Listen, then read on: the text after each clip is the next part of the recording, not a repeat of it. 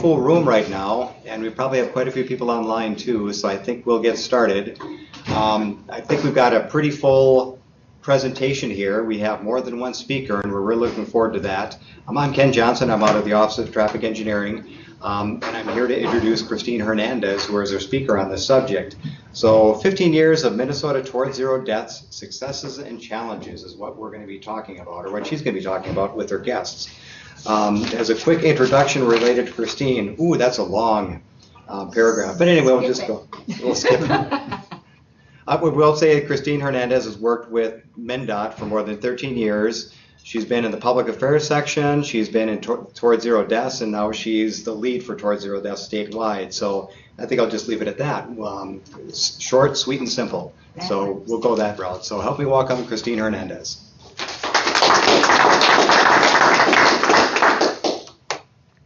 I hate when people ask for bios. It's like, what do you need it for? All right. Okay, Ken, you said this would work. Page up or page down? Oh, page up. And that should be working. Let's just click. So which just way? Click this the one? Top mouse, yep. Okay. So I always show this graph about when TZD started in 2003. We were seeing traffic-related deaths that were 650, 655, and our researchers were projecting that to go even higher. So our leadership said that that wasn't acceptable. And so we started the TZD program. And if you look at where we came in last year, we're actually at 358 traffic-related deaths. And that was a 45% decrease since when we started the program. So we know it's working. So I'll talk a little bit about that today, but also talk about things that we see on the horizon. Because if you see the last 5 or 6 years, we kind of call that a plateau. And what are we going to do to get off that so we can drive that number down even farther?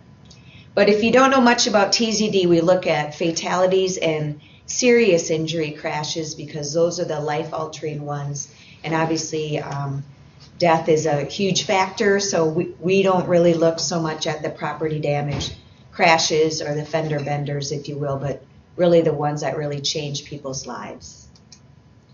And we call it the 4 E's: education, enforcement, engineering, emergency medical and trauma services. And then recently we've added the 5th E, which I'll talk about, which is everyone else. I'll talk about that a little bit later because it falls under our traffic safety culture effort that we're doing here. This is now how TZD looks. We've got regions in every state across Minnesota. It took us 10 years to get all those set up.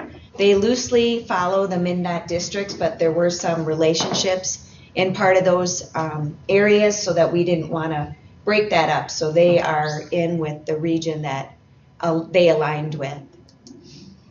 And this is what I say traffic safety really looks like for TZD. These are all of our stakeholders, but they're so intertwined with so many layers now that if somebody retires or moves, gets another job, the whole system doesn't fall apart because we can get somebody up to speed and up and running before anything dramatic happens because of all the networks that we have. We talked about this. This was enlightened on one of the calls that one of my partners that's here today, Mike Hansen from the Office of Traffic Safety at Department of Public Safety, was on this call and realized that the states that we align with through the NHTSA regions all experienced traffic-related death increases last year, and we were the only state that had a decrease. So what makes us successful? We have addressed all roads now, not just MnDOT roads. We look at county roads and city roads and put systems in place that are systematic, so when a motorist is driving from county to county, you don't have different signs or different fixes, if you will. They all pretty much look the same. And then we had to spend a lot of time breaking down what we are all working in our silos. We're now establishing our stakeholder partnerships so that we're working together and not in our silos so we get more bang for the buck. This is one of our successes, the High tension cable median barrier, since we put those in on our 4-lane roadways, we've experienced a 95% reduction in traffic related deaths. That's been huge. And we've got actually more than 578 miles since we were in the process of County 2017. So I think we're now around over 700 of that barrier that's in place and more to come. Roundabouts, again, we are looking at a severe crash reduction by 80 to 90%. We have more crashes in roundabouts now, but they're more the property damage, fender bender types. So we'd rather see those kind of crashes than the head-ons that we were normally seeing, or T-bones also in those kinds of intersections prior to this. Reduced conflict intersections, since we put those in, I think there's 24 across the state, and we've seen 100% reduction in fatal and serious injury crashes. Again, we've got more of these coming, but that has been a huge success for the program. And then in 2017, we've been doing the county road safety plans. This is our second round of doing those, working with the counties, putting safety plans together for the county engineers to implement good engineering safety fixes, if you will. But we received an award from our national Washington, D.C. I think there were 9 states that were recognized in 2017 getting a national safety award, and ours was for the safety plans that were put together in Minnesota. The statewide trauma system was a big deal. We were hard pressed to figure out how to work with our emergency medical people and get them into TZD, but what we found is we put together the statewide trauma system. It's level 1 and 2 that can actually mitigate traffic related crashes. So rather than bringing people to the closest community hospital, now they know to bring them to a level 1 or level 2 based on the severity of their injuries. And if you look back in 2006, I believe, the left diagram shows only 76 of Minnesotans lived within 60 minutes of a level 1 or level 2 trauma system.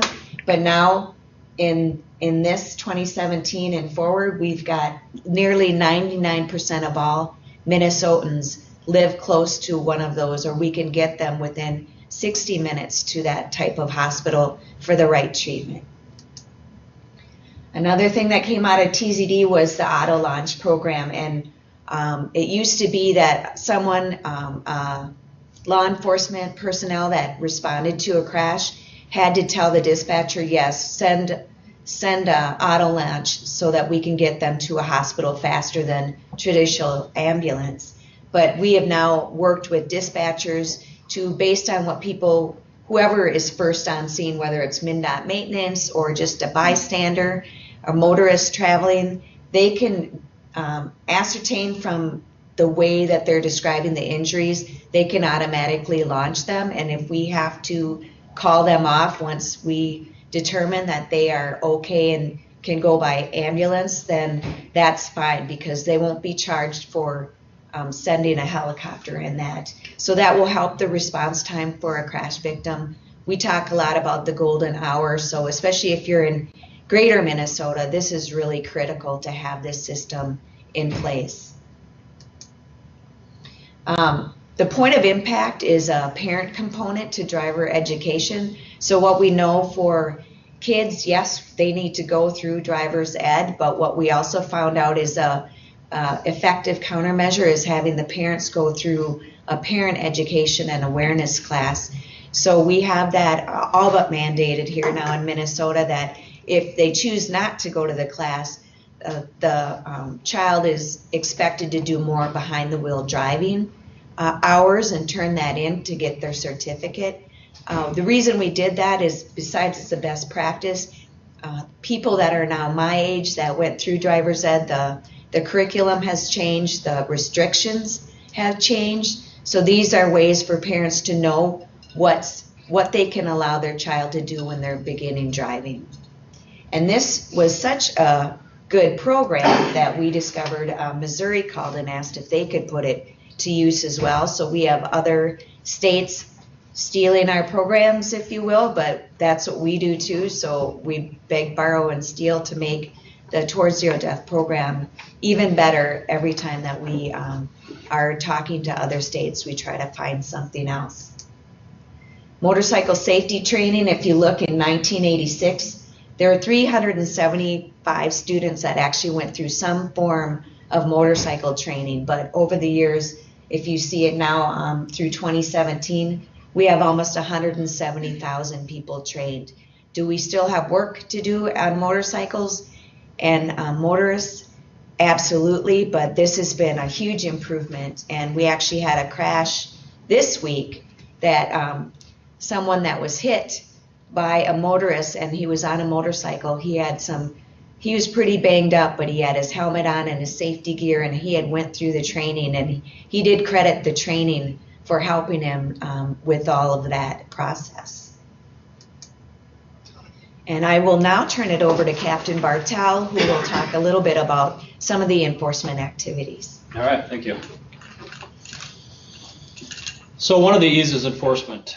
And of course, that has a lot to do with the state patrol and your county sheriff's departments and your local police departments. So one of the big enforcement tools that we use is this DWI high visibility enforcement, particularly in the 13 deadliest counties. What we've been using that lately. But for my purposes, I work in Hennepin County. I work out of the West Metro District, and you're typically going to see a large number of state troopers, county sheriffs, local police officers working a targeted area, and not just in one city or one area. They're going to saturate an area, and we typically get complaints because they're stopping cars for everything, to that high volume of traffic stops to find those drunk drivers. So typically for me as a supervisor, we get a call because a person's mad because they had a headlight out and they went 3 blocks down the road and I got stopped 3 different times by 3 different officers. But that targeted enforcement, high level of police in the area, targeting any type of violation to try to get those drunk drivers off the road. There's some talk about some coordinated and local efforts along with the state-to-state or multi-state border-to-border, which we've had, I believe, on I-94. We had a big challenge that went across the country. So we involved all kinds of agencies from state police to local to county sheriff's departments to get involved in this type of multi-state effort. And that's working with our other state partners also. When you wear this badge, you see things most people never see. The destruction of shattered lives. But you know, that's not the hardest part. The look on the face of a wife, a mother, when I have to tell them their loved one is dead because of a drunk driving crash. It's still the toughest part of this job. I guess there's a reason why this badge sits right over my heart. So a cool video put on by New Mexico, state of, and that's something that Minnesota is they're gonna look at that, doing something very, very similar to that kind of powerful video. So just something they can see in the future. Distracted driving in 2018, there's some stats up here from the previous 4 years or 5 years from 2014. And the statistics should look interesting to you if you look down at 2014 and you see how many citations were written with texting citations and the seatbelt citations. And as you go up in the years, particularly, you know that you see the texting citations go up dramatically. So hopefully you're asking yourself, well, why is that? Are people just getting worse? Are they using their phones more? There's probably some truth to that, but from my perspective, is police are getting better at writing those tickets. It's a very, very hard law to enforce. When you actually look at the statute, because people think it's a texting statute, but it really has to do with being on the internet. So me as an officer, and I stop you, I have to prove that you were on the internet and you were and possibly distracted at the same time.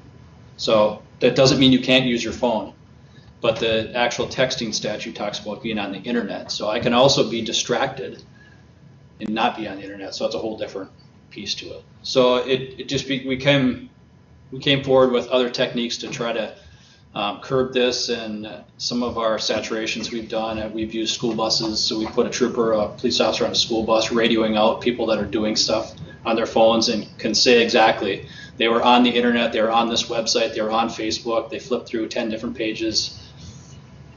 But when you're in a squad car by yourself trying to figure out what somebody's doing in traffic, it's really, really hard. But we've gotten better techniques at targeting those type of violations. And our seatbelt citations really have gone down for the most part, ebbed and flowed a little bit, but from 2014 have gone down. Honestly, I just think that's great education, and it's really, really targeted enforcement on seatbelt. We have a pretty high percentage of compliance here in the state of Minnesota.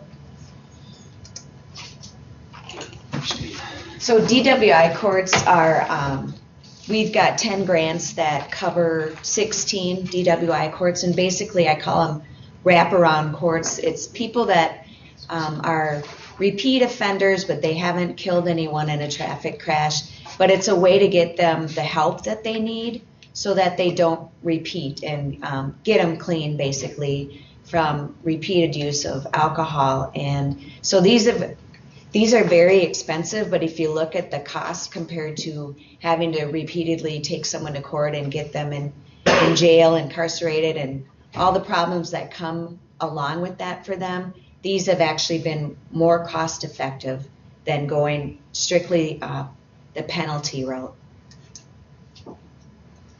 Go ahead.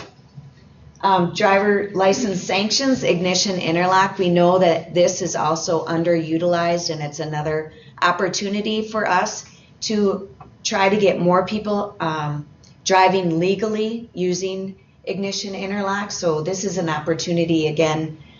We hope that we can get more people on this so that they're not, when their license is revoked, this is a way not to get their license revoked if they've gotten a DWI. And if you look at the percentage of the numbers on there, the more people we can get involved with in ignition interlock, the rates of death and fatality crashes that involve alcohol go down. And we've done a pretty good job of this. I think education with police will help too, to know what does it mean when I stop somebody and they have an ignition interlock, and what does that exactly show us. But a lot of you have probably in Minnesota have seen the WX, WZ, the white license plates out there. And a lot of those vehicles are going to have an ignition interlock in them, going to be required to have that. But before ignition interlock, those people were either not driving or they were driving on a revoked license to get to work. So this program is a great program because it gets people back in a vehicle and gets them to work and gets them back on a track to put their life back in order, whether it's just 1 or 2 or 3 DWIs. So these are other opportunities that we do outreach. We bring in our stakeholders and have news conferences around the different waves, the extra enforcement waves that law enforcement do, as well as partnering with our EMS folks or putting up buckle up signs in school exits and whatnot. The other thing that we have found successful is teens don't like us coming in telling them what to do. They learn better with hands-on activities. So we've made these wheels of distraction. These are larger, but we actually stole this idea from the state of California that shows the level of distraction, and you can spin it and it's interactive with the teens, so they are learning something hands-on. Same thing with the pedal carts. I know a lot of you have probably seen those. Every TZD regional coordinator has them, and we use them at different outreach and school events. They put on either drunk goggles, or we have them have a friend standing there trying to text them while they're driving and see how well they do. That's another way to do hands-on activities that they'll remember it. So traffic safety culture is the next big thing that we've been working on. We did a baseline checking to see where our culture is around traffic safety about 3 years ago. And it's basically your values, beliefs, norms, and attitudes. But part of that culture is also branding. So we've been working with our local stakeholders across the state, getting the TZD logo on vehicles to create more awareness about the program. Safeway Driving School and North Memorial Healthcare actually came to me and said, can we use the logo because we identify with it and we want to be a part of it? And I said, absolutely. So then we started making them in our state sign shop, and now MnDOT has them on all 2,000 of their vehicles, including our watercraft. And then we started a 3-year pilot project down in Park Rapids around traffic safety culture. So our hope, I think we're in year 2.5 years right now. We're hoping that we can find tactics that we can take in Park Rapids that were effective and bring that across the state. So we're hopeful that that will have some good tools that we can use, and we have already heard some good feedback about that. So stay tuned. Message Monday, you might have seen these signs. We obviously do them every Monday, and it's a way to reach that target demographic that we haven't been able to reach. It's the high risk drivers, young adult males that are overrepresented in traffic crashes, and they're not reading the newspaper, they're not watching TV news, so we're hitting them right where they are on the highways, and we don't run these during drive times or where our TMC, Regional Traffic Management Center, if they see on the cameras that it's causing backups, we turn them off. We actually had somebody make a t-shirt out of one of our Message Monday signs, the Duck Duck Buckle Up, during the Super Bowl. She thought, she's from Pennsylvania, she thought it was so cool. She sent us a picture of that. And this is another way that we've been changing our messaging into more, rather than click it or ticket, which we still use, it's part of the national campaign, but we're trying to go more into positive social norming and using humor to reach our demographic. So this is another example of what that would look like. On your phone, stuck down here between your seat and your console, playing a little hide and seek. Cold. Warmer. Warmer. Up. Boiling. Jackpot. And if you've got cut rate car insurance, you could be picking up these charges yourself. So get Allstate, where agents help keep you protected from mayhem. Like me. Mayhem is everywhere. Are you in good hands?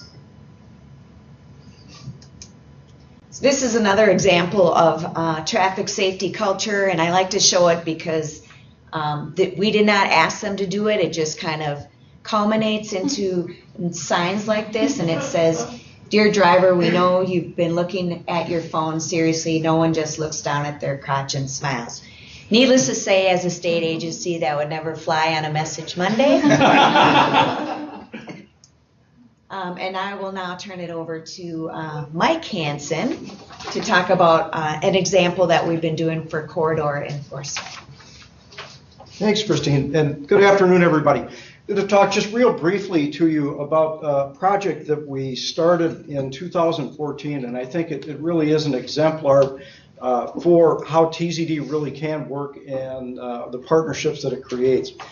After a series of fatal crashes took place in 2013 and early 2014 on a stretch of Highway 12, basically the segment from Wayzata to Delano and maybe a little bit beyond, the local communities, led by several of the law enforcement agencies, decided that enough was enough and it was time to do something. And they formed a safety coalition that focused strictly on that corridor. And they started to involve MnDOT, they started to involve the EMS providers, and started to try and get the message out that this is a dangerous stretch of highway and that drivers really needed to pay attention to what they were doing when they traveled it.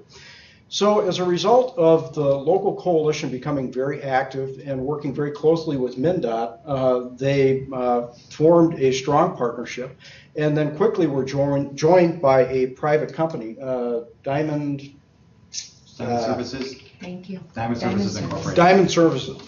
And so one of the solutions that they came up with from the engineering standpoint was the first thing that they wanted to implement was centerline rumble strips. A lot of these were lane departure crashes where a vehicle would wind up in the wrong lane, and you would have a head-on or a vehicle would spin out and it would be broadsided again by oncoming traffic. And then there was also some work done on the kind of the Super 2 that was constructed at the end of 394 that leads out into the Maple Plain area before it transitions back into Highway 12. And so that project was kicked off, and after a couple more fatal crashes occurred out there, things really started to ramp up. And there is where the 12 for 12 project was born.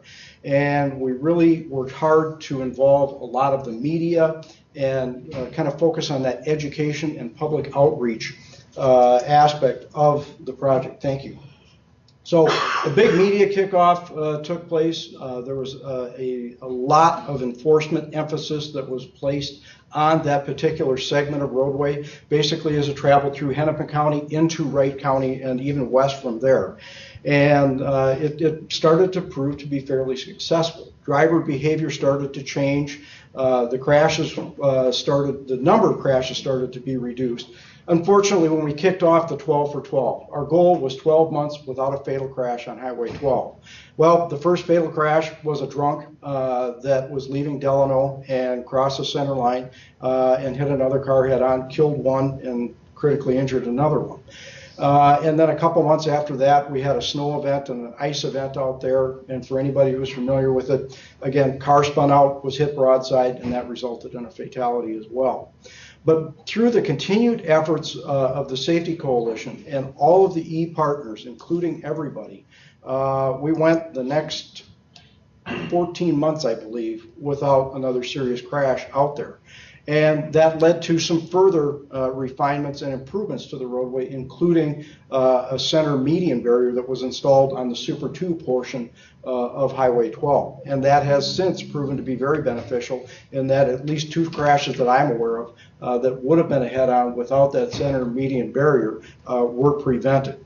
And so, again, it stands as a great example of how a grassroots effort can really take off. And when you involve all of the partners and everybody gets down, seated at the same table and talking about the same thing with a shared goal, things get done, and they get done very quickly. All of the improvements that I just mentioned to you took place in the course of about 18 months, which is absolutely rocket ship speed for those types of improvements to take place.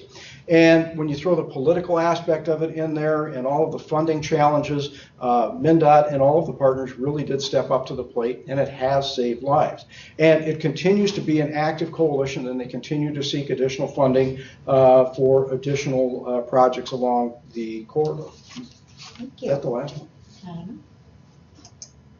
Oh, that's the engineering side. Oh yeah, engineering part of it. Part of the badging process, as Kristine mentioned, it goes with raising that public awareness. So along Highway 12, we had, the crash reduction project area, black on yellow signs created and erected, just again to bring drivers' attention that you need to pay attention to what's going on around you on this this particular part of the road. Thank you. Yep, thank you. So what's next? Highway 36. Sorry, Captain Bartel. Back up. We'll talk about a recent initiative that we just had. Yeah, so this was a recent crash in the spring of 2018. This was a semi-driver on Highway 36 who was on their phone, distracted by their phone, and basically slammed into stop traffic, causing a fatality crash. The interesting part, if you did see it on the news, there was video from inside the cab of the semi showing exactly what this driver was doing. I believe it was like 8 seconds, something like this truck driver was looking down at his phone. Which doesn't seem like a lot of time. It's a lot of time when you're driving highway speeds, driving an 80,000 pound vehicle. So this led to obviously a really, really horrible, fatal mistake crash. But it also spurred discussion between MnDOT and State Patrol. What are we going to do next on this? We don't want something like this to happen again. So State Patrol met with engineers with MnDOT to talk about, is this an engineering deal? Does this involve enforcement? Is it both? What do we want to focus on? Because speed was involved and distracted driving. So what we ended up doing as an agency with the State Patrol is I partnered along with our East Metro troopers in the St. Paul area, and we did a focus for 4 different days on Highway 36, where we took all I don't want to say extra troopers, because it's not like we have extra troopers out there, but we've shoved everybody on Highway 36 and did a big targeted enforcement on that highway with all those different troopers focusing on different violations, specifically with distracted driving and speed and potentially other violations. Because again, if you go out on this highway today and you see a squad car sitting with red lights on having a car stop, more than likely you're going to slow down, you're going to put your seatbelt on, and you're going to put your phone away, and just that visual enforcement is a benefit also. And also we had MnDOT paint quarter markers along the road so we can work with our aircraft, and he or she can call in speeders while we're on the highway. So we do a lot of enforcement with our aviation unit. So our next steps involve that, and these are some statistics that I share with Kristine about what happened on those days that we worked on extra enforcement. So there's June 12th and 13th and June 26th and 27th when we pooled those troopers together and sent them out on Highway 36. So the numbers speak for themselves. You know, we almost had 600 traffic stops with 360 citations, a whole pile of warnings, and the numbers go on. But if you look at the distracted driving contacts, 163. So by doing this effort, that's 163 people that maybe we wouldn't have reached before without targeting this effort there. And then the CMV is a commercial vehicle folks that we got involved. So we just didn't focus on our drivers in our personal cars. We looked at those semis and bigger trucks too, to make sure that those are safe and those people are driving appropriately also. And the last number you see there is 25 vehicles out of service. So that means 25 big trucks, semis that shouldn't have been on the highway to begin with. So a lot of great enforcement efforts came out of that. Right. So obviously we have started a new autonomous vehicle, or automated vehicle, I should say, section at MnDOT. So we'll be looking forward to some things down the road, many years most likely down the road, that may help with our efforts. But we also have, for our traffic safety stakeholders, we recently set up a Sharepoint site where people, not only in our agencies, but our traffic safety partners at the grassroots level, can post ideas and get ideas on how to do additional outreach or news events, talking points, other materials that have been created. So we're even sharing that with North Dakota. We got them on board. We're working on a speed study pilot project. I think it's going to start in, East Central, or MnDOT District 3 is already working on this, where your speed is signs are posted along the highway, and then down the road, if they haven't slowed down, they get pulled over and given a ticket, which has been helpful for our law enforcement, because there's no way they can say, oh, I didn't realize it because this big sign is flashing at them. So we're gonna, hopefully, that's a new innovative approach. We're gonna rotate these signs on high corridors, using our traffic data to see if there's a lot of speeders in that area. We'll put the sign out and do some enforcement, but we're gonna do this over a 3-year project and evaluate it to see if it's effective, and hopefully it will become a best practice for other states. We also have opportunities. We've got many counties out there that don't have safe road coalitions, so we've been working on getting that established. In the metro here, we've got Carver, Hennepin, which Mike and I just met with them yesterday about starting one, and Anoka as well. So our goal is 300 or fewer traffic-related deaths by the year 2020. Like I said, last year we were at 358. So we're hoping that we can get there by then. And if you look, I like to show these slides because in 2015, we always say, is zero attainable? And people question that. But the blue counties in 2015, there were 11 of them that had 0 fatalities in that year. And yes, some of our less populated, but if you look at 2016, not all of them are the same, but there were 15 versus 11. And in 2017, we actually had 16 zero fatality counties. So we're working in the right direction. Hopefully 2018 will have even more of an increase in that area.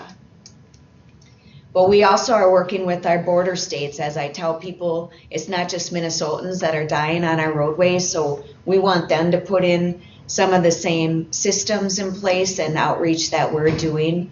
So North Dakota, Michigan, Colorado, and Illinois have all been asking us what's going on in Minnesota. You guys are doing such a great job there. And then we also want to either expand our state conference, which now we get about 1,000 of our traffic safety stakeholders in there with us, to make it more of a Midwest conference. I know we have some people from Iowa coming, and we did invite Illinois DOT to see if they would be interested in attending. So I just confess that I text and drive.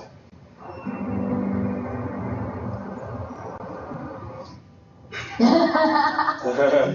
I get a text, I'll look at my phone. It's definitely texting. Instagram, Twitter, Facebook, Snapchat. I do Snapchat and drive sometimes. These aren't like making Snapchats or watching them. Making them. Texting is like my main form of communication. Boredom, honestly.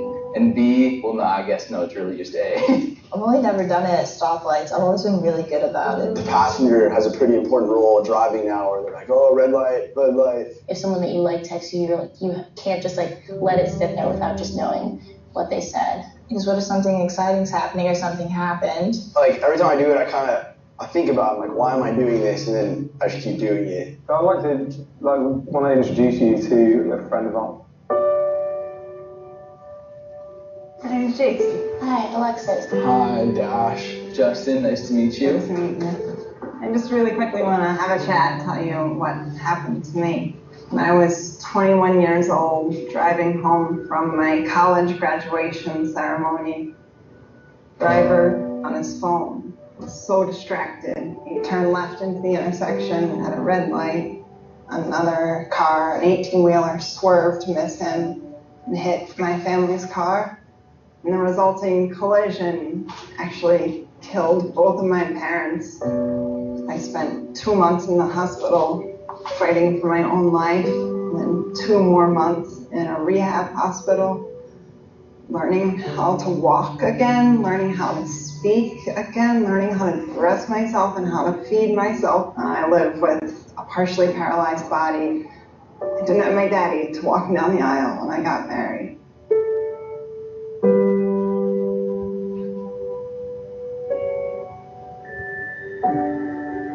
Having sort of like met JC, because you look at JC and sort of give those same reasons.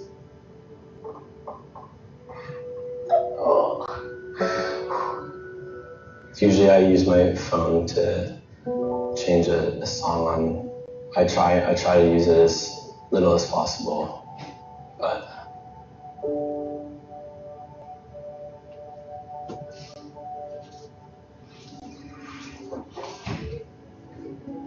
I'm not gonna look at my phone ever again.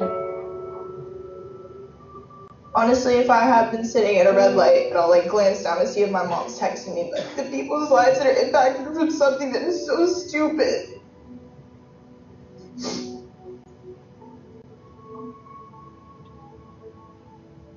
I can assure you on my drive home right now, I'm not going to use my phone and drive, and I'm not going to do it when I go to work tomorrow and the next day after that until, it becomes a habit, and that just doesn't happen at all. I know this is hard. I'm sorry. It's hard for me too, but this is real. You have the power to really actually make a difference and do something about it.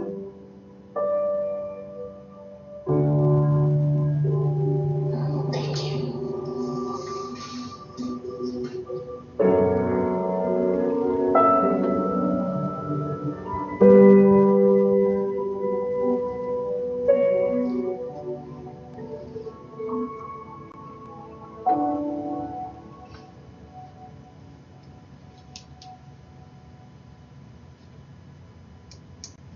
We partner a lot with AT&T, and actually they put that together. We've brought that to a lot of area high schools and actually show it at our regional workshops and a lot of different other venues, because it is real and it's a way for teens to hear from other teens. So peer-to-peer, what can actually happen if you're driving distracted like that. But really our goal is to get to 0, and we do think it's attainable. It just takes all of us working together to make that happen. So with that, we have time to open it up for questions.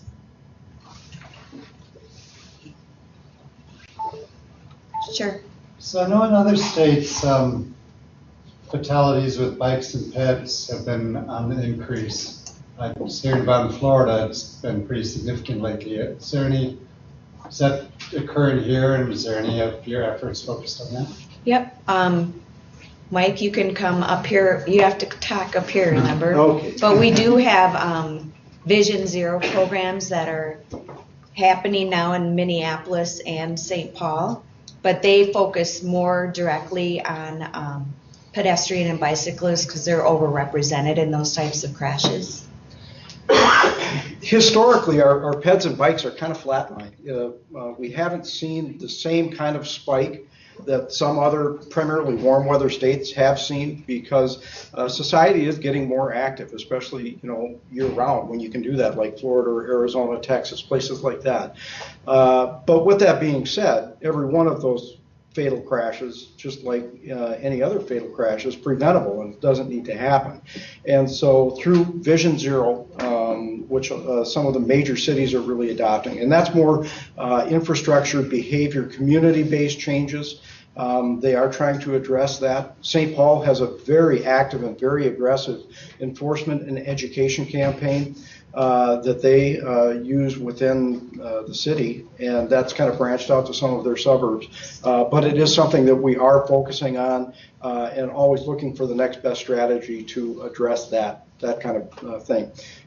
Roughly half the time it's the motor vehicle driver's fault. The other half of the time it's the non-motorist fault, I guess, if we can use that word. So it's a matter of educating everybody. And just like distraction is an epidemic on our roadways for drivers, distraction is probably just as significant a challenge for a lot of the pedestrians that we see out there. And I don't remember who was telling me the other day, they were in Washington, D.C., and a guy was riding his bike at a quick pace down the side of the road, actually had almost like a selfie stick as he's reading and scrolling through his text messages while riding his bike. So again, we have a problem in this country with our electronic connections that needs to be addressed. Kind of a long answer to a quick question, but I hope it helps. I appreciate it. But within Minnesota, the rates have been rising a little bit over the past couple of years. Is that the? I think there's been a small increase, but it's not, one that would be statistically significant from what I understand. I'd have to go back and take a look at the hard numbers for the last couple of years, but it's been fairly flat.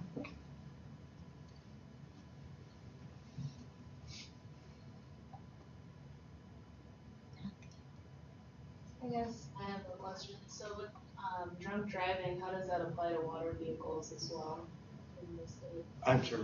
Drunk Water driving, vehicles? how does it apply to water vehicles? The changes to the DWI laws, is that what you're asking? Yeah, Or? just in general, how it applies to. There were some changes made to the laws as it applies to impaired driving, and it used to be there was a kind of a significant difference between a motor vehicle and a recreational vehicle. And when I say recreational vehicle, that's primarily an ATV, a snowmobile, or a boat. And as you recall, Little Allen's Law is what they call the legislation that was passed this year. Now, a DWI is a DWI is a DWI. And in the past, a DWI on a recreational vehicle did not affect your driving privileges for a motor vehicle, and vice versa. Now it affects everything. Is there excitement about the new the changes to the move over or slow down law? Is there what excitement? Is there excitement related to the changes to the move over or slow down law? Maybe you want to talk about that. Right. The move over law was, for those of you, I think everybody's familiar with it. If there is a emergency vehicle or a service vehicle stopped on the side of the road, then drivers are required to either slow down or move over and give them a lane. Some of that language was now formalized. If you can't move over, you need to slow down, but it also now extends to really any type of a service vehicle. So that includes all of your utility companies and folks like that who make their living on the side of the road, as well as MnDOT trucks or other service vehicles, tow trucks, or emergency vehicles that are stopped on the side of the road. I think one of the big changes was it now applies to two-lane, two-way roads. Yes, that's the just slow down part of it. Yep, exactly. So, yeah, we're just trying to give everybody a break who makes their living on the side of the road. Yes, sir. When they're talking about service vehicles, are they including transit vehicles as well? I don't think that's in the law. That was not specifically mentioned. And what kind of a transit vehicle? Well, buses, they pull over to the curb all the time to pick up people and drop them off. Emergency lights. Right. Their lights are activated. If it's a school bus or a bus that has, the school bus type lights on it, as long as it meets the definition of that bus, then, there's a whole separate set of regulations that apply there. But as far as transit buses, no, there's not any legal requirement for that. That was a good one. I had to think about that for a second.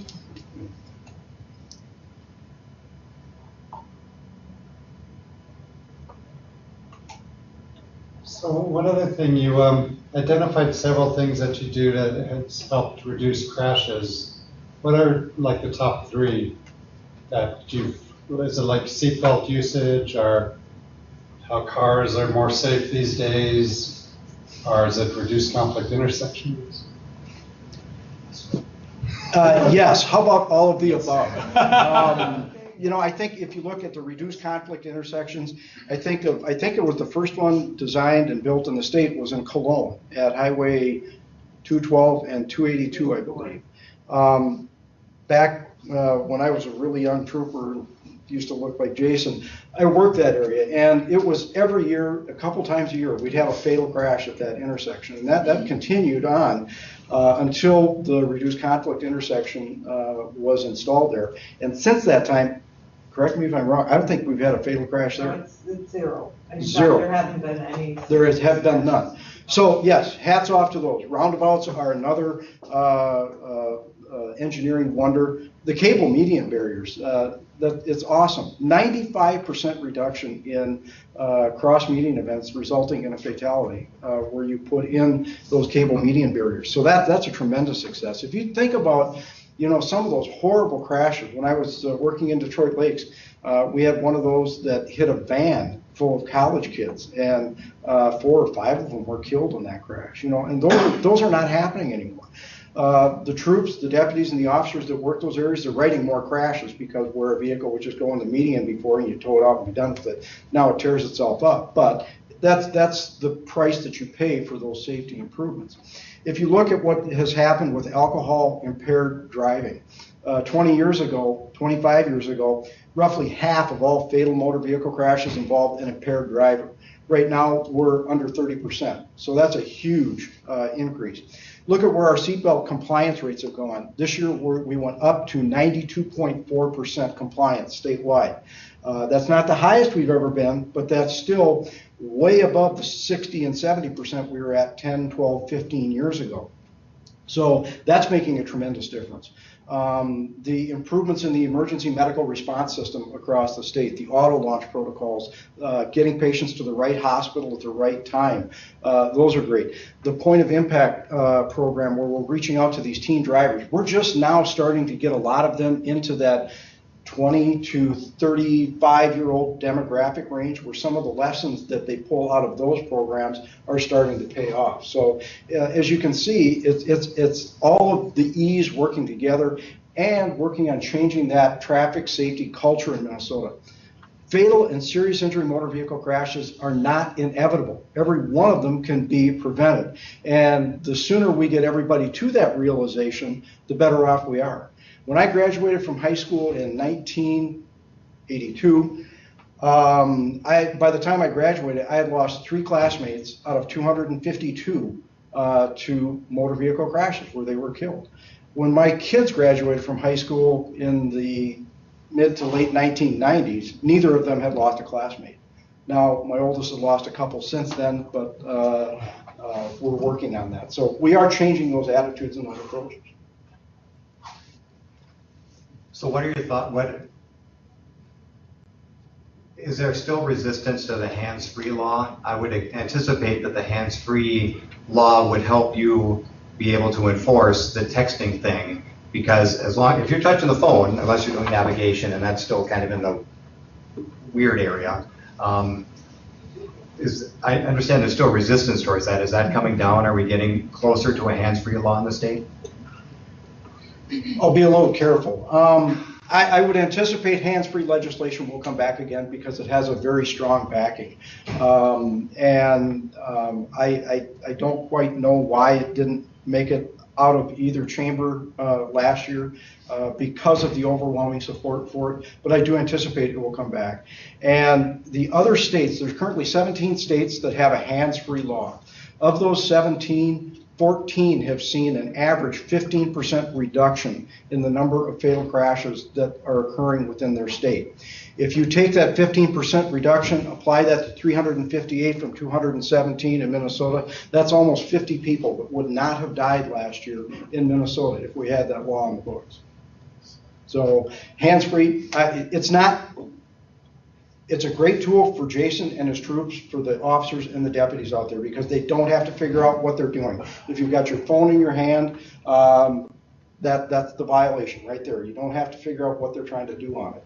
And so it will help us to raise the awareness. But, you know, if we're going to outlaw that, then we have to outlaw eating cereal. We have to outlaw combing our hair. We have to outlaw brushing our teeth. These are all things that Jason's folks are seeing out there every day. And so we have to change our cultural attitude about what we can and should be doing behind the wheel when we're driving. And just because we can doesn't mean we should. You know, that was a slide that was touched on, was that safety culture. And at some point it'd be good to actually talk about that again, because it's kind of amorphous, hard to explain, but what it comes down to is that it's one thing if the state tells you to do something. It's another thing if your parents tell you to do something, and it's a household culture type thing. And I think that as time goes on, we'll have to focus on that. I think that's, as you were saying, that's kind of the next big thing that we're going to have to look for. Yeah, and that's not a new approach. Public health has been doing that model for a long time. And when we started talking about that 5 years ago or so, I was giving examples of when you go into another state and you notice people are smoking at the bars or restaurants, and you're like, wow, this is weird. Why is it weird? Because in Minnesota we have a law against that. And you don't notice it because it's in our culture now. But that took 10 years to change, and it started at the grassroots level. And little by little, counties or cities passed ordinances so that by the time the legislature looked at it as a statewide law, over half of the counties already had that in place. So it's easier to change the mindset of our legislators saying, well, we want it, and you can see all these counties that want it. So that's how it passed. Another one is recycling. I always ask people when I'm talking to give an examples, how many people recycle in this room? And 99% usually raise their hand, but that was a culture shift in our society. I think in the 70s, none of us recycled, but now it's just so ingrained that almost everyone recycles. I've got 2 bins at my house, one for recycling and one for garbage. And that you hit on really the foundational key point of why Towards Zero Deaths works so well and why we've had the success we had is because it's not the state telling the counties, telling the cities, telling the people what to do. We provide the resources, the knowledge, the research, the background, and these efforts are all driven from these local coalitions. And if you look at Highway 12, that was an incredibly passionate group of people who drove those changes and solved that problem. And yeah, they called in the state because the state has the resources to do it. They called in the county because the county has the resources to help. But it was all driven by them. And that's just one example of that. So the regional coordinators are absolutely key. The law enforcement liaisons that we have across the state are key. But this is where everybody, and it doesn't matter where you're at, if you're in Thief River Falls or Marshall or Rochester, we can all be part of this, is just by being an advocate for the Toward Zero Deaths project within our home area.